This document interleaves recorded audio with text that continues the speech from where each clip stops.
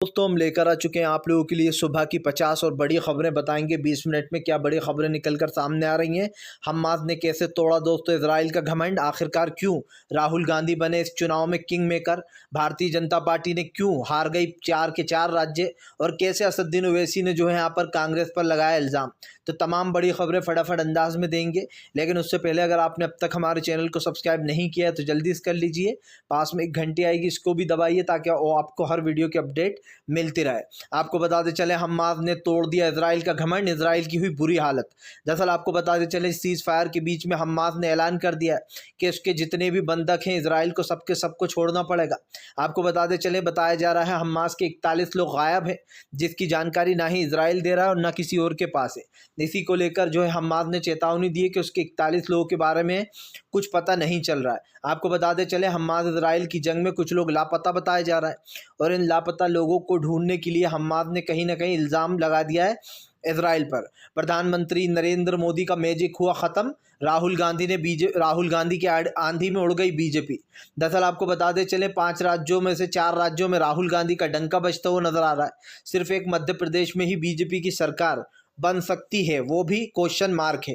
लेकिन आपको बताते चले 4 राज्यों की अगर हम बात करें, राजस्थान, छत्तीसगढ़, मिजोरम और जो है यहाँ पर, तो तमाम राज्यों में कांग्रेस की सरकार बनती हुई नजर आ रही है। अब की बार तेलंगाना का भी खेल बदल गया, क्योंकि तेलंगाना में हर बार केसीआर और ओवैसी का डंका बजता था। लेकिन आपको बताते चले यहाँ पर भी बीजेपी का सुपड़ा साफ कर दिया गया है, क्योंकि बीजेपी वहाँ पर भी रेस में सबसे पीछे है। आपको बताते चले इजराइल और हमास के बीच में फिर से शुरू हो सकती है जंग। दरअसल बताया जा रहा है कैदियों की संख्या कम होती चली जा रही है। इजराइल ने फिर से हमास के कई कैदियों को छोड़ा, तो वहीं दूसरी तरफ हमास ने भी इजराइल के 7 लोगों को छोड़ा, जिसमें 21 साल की लड़की भी है। आपको बताते चले साफ दिखाई दे रहा है कि हमास और इजराइल के बीच में जो सीज फायर की डील हुई है उसको दोनों ही बड़े आराम से निभा रहे हैं। लेकिन ये भी बताया जा रहा है कि हमास और इजराइल के बीच में, दोनों के बीच में एक डील हुई है। दोनों एक एक तरीके से जो यहाँ पर अगले पड़ाव की, यानी कि ये जो इसके बाद जो युद्ध शुरू होगा अंदर ही अंदर उसकी तैयारियां कर रहा है। आपको बता दें खबर निकल कर सामने आई थी, जहां पर पता चला था कि इजराइल जो है कुछ चाल चल सकता है, यानी कि फिर से एक बार हमले कर सकता है। इसी को लेकर अलर्ट मूड में नजर आ रहा है हमास। हो सकता है हमास इसके आगे जो है यहाँ पर इजराइल के खिलाफ कोई कार्रवाई भी करे। प्रधानमंत्री नरेंद्र मोदी के ऊपर गरजे संजय रावत बोले राहुल गांधी और प्रियंका गांधी ने छुड़ा दिए बीजेपी के पसीने, इन दोनों के आगे बीजेपी की एक नहीं चली। आपको बताते चले संजय रावत ने कहा है कि अब कांग्रेस के अच्छे दिन आ चुके हैं, अब राहुल और प्रियंका के सामने बीजेपी टिक नहीं पा रही है। उन्होंने कहा कि फिलहाल तमाम राज्यों के जो रिजल्ट आना है, एग्जिट पोल और ओपिनियन पोल अपनी जगह है, लेकिन उन्होंने कहा कि हर जगह कांग्रेस की ही सरकार आ रही है। उन्होंने कहा कि फिलहाल साफ दिखाई दे रहा है कि कांग्रेस की जीत से बीजेपी को डर लग रहा है। उन्होंने कहा इस देश की कांग्रेस सबसे पुरानी पार्टी है, और कांग्रेस की जीत मतलब इंडिया गठबंधन की जीत। उन्होंने बेसिकली 2024 के जो लोकसभा चुनाव आने वाले हैं, एक तरीके से उसके संकेत दे दिए संजय रावत ने, और साफ कहा कि फिलहाल आने वाले समय में इसका असर इंडिया गठबंधन पर भी दिखाई देगा। आपको बताते चले प्रधानमंत्री नरेंद्र मोदी और जो बाइडेन के बीच में आई दरार। दरअसल आपको बताते चले अभी हाल ही में हमास और इजराइल के बीच में जो युद्ध हो रहा था उसमें बटे हुए लग रहे थे देश, लेकिन अब पन्नू को लेकर दोनों देश बढ़ते हुए नजर आ रहा है। पहले आपको बताते चले खालिस्तानी पन्नू का जो है यहाँ पर कनाडा ने समर्थन किया, अब अमेरिका ने भी लाल आंख दिखा दी है मोदी सरकार को। सीधी सी बात यह है कि जो बाइडेन ने प्रधानमंत्री को एक तरीके चेतावनी भरे लहजे में कह दिया है। दरअसल हो कुछ यूँ रहा है कि फिलहाल जितने भी खालिस्तानी हैं उनको विदेशों में एक एक कर कर मारा जा रहा है। इसका इल्ज़ाम भारत पर ही लग रहा है, मतलब इंडिया पर लग रहा है कि इंडिया ने ही कोई स्पाई वो भेजा है यहाँ वहाँ का जासूस जो इन लोगों को ख़त्म कर रहा है। यही कारण है जो अब कहीं ना कहीं चेतावनी दी है अमेरिका ने। आपको बताते चले फिलहाल हमास इजराइल की जंग में आ सकता है नया मोड़। अब इन दोनों की लड़ाई हमेशा के लिए रुकवाने के लिए तमाम मुस्लिम देश होंगे एकजुट। दरअसल आपको बताते चले 57 मुस्लिम देश ओआईसी संगठन ने एक बड़ा फैसला लिया है, जहां पर बताया जा रहा है कि 57 मुस्लिम देश ओआईसी का संगठन आगे चलकर ये वो कर सकता है रिवील कि फ़िलहाल इस लड़ाई को अब रोक दिया जाए, सीज़ फायर की अवधि को बढ़ा दिया जाए। आपको बता दें फ़िलहाल सीज़ फायर में दोनों ही बंधे हुए हैं, कोई भी किसी पर हमला नहीं कर पा रहा है, ना ही हमास ना इजराइल। लेकिन इसके बीच में अब 57 मुस्लिम देश ओआईसी की बैठक में ये फैसला भी लिया गया था कि इस लड़ाई को हमेशा के लिए ख़त्म करना होगा और अब इसी पर बात भी चल रही है। आपको बताते चले छत्तीसगढ़ में भूपेश बघेल की आंधी में उड़ गई बीजेपी। दरअसल आपको बताते चले छत्तीसगढ़ में भूपेश बघेल की आंधी आने वाली है। बताया जा रहा है छत्तीसगढ़ में पूर्ण बहुमत के साथ भूपेश बघेल सरकार दोबारा बनाने जा रहा है। यही नहीं, भूपेश बघेल को पिछली बार से भी ज़्यादा वोट परसेंटेज मिलेगा और सीटों का आकलन भी बहुत ज़्यादा बढ़ने वाला है। आपको बता दें छत्तीसगढ़ का ओपिनियन पोल भी यही कहता है कि फिलहाल भूपेश बघेल की छत्तीसगढ़ में आंधी आने वाली है और बीजेपी उस आंधी में उड़ चुकी है। क्योंकि छत्तीसगढ़ का जो रिजल्ट है, जो पोल्स आए, उस पोल्स के अकॉर्डिंग हम ये कह सकते हैं कि फिलहाल छत्तीसगढ़ में कांग्रेस वापसी कर रही है। और ये वापसी ऐसी वैसी नहीं होगी, ये वापसी सेम कर्नाटक की तरह होगी, क्योंकि जाहिर सी बात है यहाँ पर वोट काफ़ी ज़्यादा मिला है कांग्रेस को अगर एक तरीके देखा जाए तो। लोकसभा चुनाव को लेकर इमरान प्रतापगढ़ी ने बीजेपी को दी चेतावनी, कहा राहुल गांधी 2024 में चुनाव जीतेंगे लोकसभा का। दरअसल आपको बताते चले राहुल गांधी खास करके भारत जोड़ो यात्रा के बाद काफ़ी पॉपुलर हो गए। जो लोग राहुल गांधी को पप्पू बुलाया करते थे आज वो खुद पप्पू बन गए। वो इसलिए बन गए हैं क्योंकि राहुल गांधी की जो पॉपुलैरिटी बढ़ी, खास करके भारत जोड़ो यात्रा के बाद से ही राहुल गांधी को लोग काफ़ी पसंद करते हैं। इसका सबसे बड़ा रीज़न ये भी है कि राहुल गांधी में एक लीडर क्वालिटी ढूंढते हैं लोग। उन्हें ऐसा लगता है कि जैसे कि आपने देखा होगा 2014 में जब प्रधानमंत्री आए थे तो लोगों ने कई उम्मीद लगाई थी कि प्रधानमंत्री देश के लिए कुछ अच्छा करेंगे। लेकिन आज 10 साल बाद अगर आप उन लोगों से पूछोगे तो बहुत सारे लोग ऐसे हैं जो मोदी सरकार के खिलाफ हो गए। यानी कि जो प्रधानमंत्री की पॉपुलैरिटी उस टाइम थी जब वो सत्ता में आए थे नए नए, आज वो पॉपुलैरिटी ख़त्म हो चुकी है क्योंकि 5 राज्यों में से 4 राज्य बीजेपी हार रही है। आपको बताते चलें फिलहाल इजराइल और हमास के बीच की डील को दोस्तों आपको बताते चले हिजबुल्ला तोड़ सकता है। दरअसल आपको बताते चले बताया जा रहा है हिजबुल्ला फ़िलिस्तीनियों की जान को लेकर गुस्से में। अगर फ़िलिस्तीनियों के ऊपर ज़रा सी भी आँच आई तो हिजबुल्ला चुप नहीं बैठने वाला। आपको बताते चलें 30,000 मुजाहिदीन पहले से ही वेटिंग में है। अगर इजराइल कोई भी हमला करता है तो 30,000 जो मुजाहिदीन जो वेटिंग में चल रहे हैं वो इस युद्ध में कूद पड़ेंगे। आपको बताते चलें 2.0 यानी कि अगर दोबारा युद्ध होता है तो उसमें सबसे बड़ा रीज़न यही रहेगा कि जो खास करके इस चीज़ में बताया गया है उसको लेकर कहीं ना कहीं इजराइल और हमास की डील को क्रैक करता हुआ नज़र आ सकता है हिजबुल्ला। आपको बताते चलें फिलहाल बीजेपी के ऊपर जमकर भड़कते हुए नज़र आए नीतीश कुमार बोले बीजेपी ख़त्म हो रही है धीरे धीरे कर। दरअसल आपको बताते चलें नीतीश कुमार ने कहा कि बीजेपी जातीय जनगणना से भाग रही है, वो देश में जातिगत जनगणना नहीं कराना चाहती। उन्होंने कहा कि जब तक जातिगत जनगणना नहीं होगी तब तक देश आगे नहीं बढ़ेगा। नीतीश कुमार ने बीजेपी के ऊपर इल्ज़ाम लगाते हुए कहा कि बीजेपी जानबूझकर इससे भागती है क्योंकि वो एक ही प्रोपेगेंडे पर चुनाव लड़ती है, हिंदुत्व पर। उन्होंने कहा कि वो नहीं चाहती कि लोगों को ये पता चले किस समाज की कितनी संख्या है, खास कर किस कास्ट के कितने लोग हैं। इस पर सवाल नीतीश कुमार ने फिर से एक बार उठा दिया है। आपको बताते चलें चुनाव ख़त्म होते से ही मोदी सरकार ने दिया लोगों को तोहफा, फिर से बढ़ा दिए सिलेंडर के दाम। दरअसल जब तक चुनाव चलते हैं तो तमाम पार्टियां चुप बैठी रहती हैं, लेकिन जैसे ही इलेक्शन ख़त्म होते हैं चीज़ों के दाम बढ़ने शुरू हो जाते हैं। अब बीजेपी के ऊपर कांग्रेस ने आरोप लगाया कि बीजेपी ने चुनाव ख़त्म होते ही ख़ास करके एलपीजी के दाम बढ़ा दिए। दरअसल जो कमर्शियल सिलेंडर आता है, कमर्शियल में यानी कि दोस्तों जो होटल वगैरह में यूज़ होता है बड़ा वाला सिलेंडर, उसके दाम फिर से बढ़ा दिए गए। आपको बताते चलें दाम बढ़कर 1819 रुपये का हो गया है। यानी कि अगर एक तरीके से देखा जाए तो जैसे ही चुनाव ख़त्म हुए वैसे ही एलपीजी के दाम भी बढ़ गए। यही नहीं, हर साल ऐसा होता है कि पेट्रोल डीजल के दाम भी बढ़ते हैं। अभी तो देखते जाइए, अभी तो फिल्म शुरू हुई है, ख़त्म होने में भी 2024 लगेगा।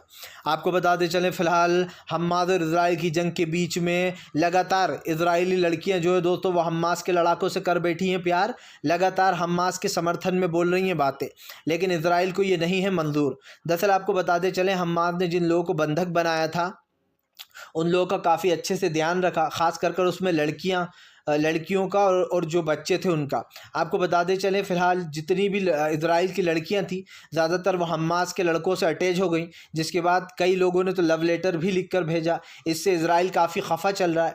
इजराइल को लगता है कि हमास के बारे में तारीफ़ करना यानी कि अपने ही सरकार पर, अपने देश पर सवाल उठाना है। इसीलिए इजराइल आपको बताते चले उन लोगों पर एक्शन भी ले सकता है जो लोग हमास की तारीफ़ कर रहे हैं छूटने के बाद। यानी कि जो यहूदियों का देश है ख़ास करके इजराइल, उसमें कहीं ना कहीं हमास और उसके बीच में जो जंग छिड़ी हुई है उसको लेकर ये बात निकल कर सामने आई है। आपको बताते चले मिजोरम में चला कांग्रेस का जादू, वहाँ पर भी कांग्रेस बनेगी किंग मेकर। दरअसल दोस्तों यहाँ पर मिजोरम में भी बीजेपी पिछड़ गई। हर राज्य में प्रधानमंत्री का मैजिक अब की बार कहीं भी दिखाई नहीं दे रहा है। इसका सबसे बड़ा रीज़न यही है कि सरकार को 10 साल हो चुके हैं और 10 साल में विपक्ष ये आरोप लगा रहा है कि बीजेपी ने कुछ नहीं किया है। आपको बताता चलूं, मिजोरम में सबसे बड़ी पार्टी जो है यहाँ पर एमबीए बनकर उभरेगी, तो वहीं कांग्रेस किंग मेकर बन सकती है। यानी कि अगर सरकार बनाने में किसी को ज़रूरत पड़ी तो कांग्रेस उसका साथ देगी और किंग मेकर बन जाएगी।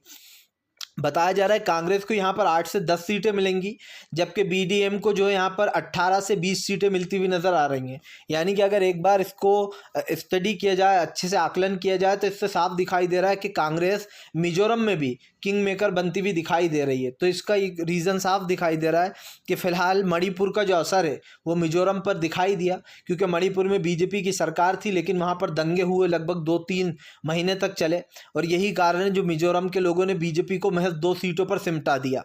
आपको बताते चले फिलहाल इजराइल और हमास के बीच की जंग को लेकर तुर्की का बड़ा ऐलान। तुर्की बोला हम फिर से एक बार गाज़ा पट्टी को करेंगे वैसा ही जैसा वो था। आपको बता दें एक बार फिर से गाज़ा को खड़ा करने के लिए तुर्की ने हाथ आगे बढ़ाया। तुर्की के राष्ट्रपति अर्दोगान ने कहा है कि वो फिलहाल एक बार फिर से जो गाज़ा पट्टी में तबाही हुई है उसके लिए जो है यहाँ पर वो डील करते हुए नजर आएंगे। आपको बताता चलूँ तुर्की के जो राष्ट्रपति अर्दोगान, उन्होंने कहा है कि फ़िलहाल गाज़ा पट्टी को बसाना हमारा मकसद है और इसमें सबको साथ देना चाहिए। लेकिन आपको बताते चलें अब तक युद्ध रुका नहीं है। हालांकि सीज़ फायर का उल्लंघन कोई नहीं कर रहा है, ना हमास कर रहा है ना इजराइल कर रहा है। इस चीज़ को बेसिकली दोनों फॉलो कर रहा है रूल्स को, लेकिन ये रूल्स कभी भी ब्रेक हो सकते हैं क्योंकि अभी जंग रुकी नहीं है। सिर्फ सीज़ फायर किया गया है ताकि हमास उसके लोगों को छोड़े इजराइल के, और इजराइल जो है वो हमास के लोगों को छोड़ रहा है। यही कारण है जो दोनों में 8-10 दिन से ये सब कुछ चल रहा है। लेकिन लोगों का मानना ये है कि इस लड़ाई को रुक जाना चाहिए, क्योंकि जाहिर सी बात है लड़ाई किसी का भला नहीं करती है।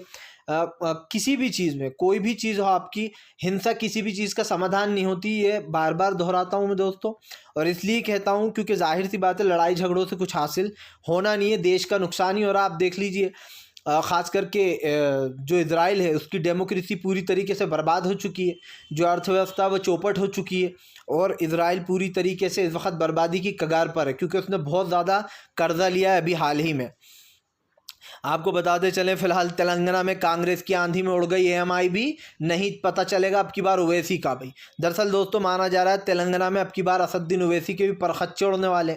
ओवैसी ने दोस्तों खूब कोशिश की कि वो तेलंगाना में केसीआर की सरकार बनवा दें, लेकिन आपको बताते चलें अब की बार कांग्रेस ने केसीआर समेत ओवैसी को भी उड़ा लिया। आपको बताते चलें कांग्रेस को जिंदा करने वाला वहाँ पर तेलंगाना में सिर्फ एक ही व्यक्ति है दोस्तों, और वो है कांग्रेस का अध्यक्ष, जिसने फाइनली कांग्रेस लगभग तेलंगाना में ख़त्म हो रही थी लेकिन तेलंगाना में कांग्रेस में जान फूंक दी।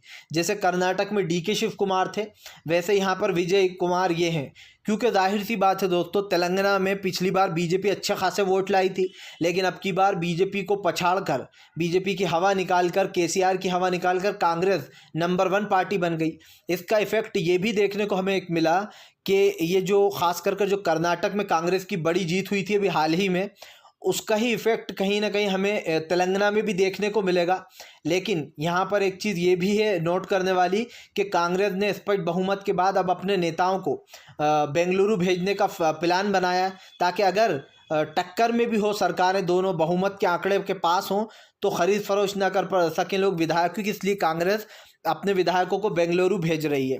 आपको बताते चलें फिलहाल हमास और इजराइल की जंग में नया मोड़ आ सकता है। जी हाँ, दरअसल आपको बताते चलें फिलहाल जितने भी लोगों को छोड़ा गया है उन लोगों में से लगभग इजराइल के लोग और भी हैं हमास के पास, लेकिन आपको बताते चलें हमास के जो कुछ लोग मिसिंग चल रहे हैं उसको लेकर गुत्थी अभी भी नहीं सुलझी है, क्योंकि हमास तो लगातार यही बोल रहा है कि फ़िलहाल इजराइल ने ही गायब किया उन लोगों को जिन लोगों की संख्या नहीं दिखाई दे रही है।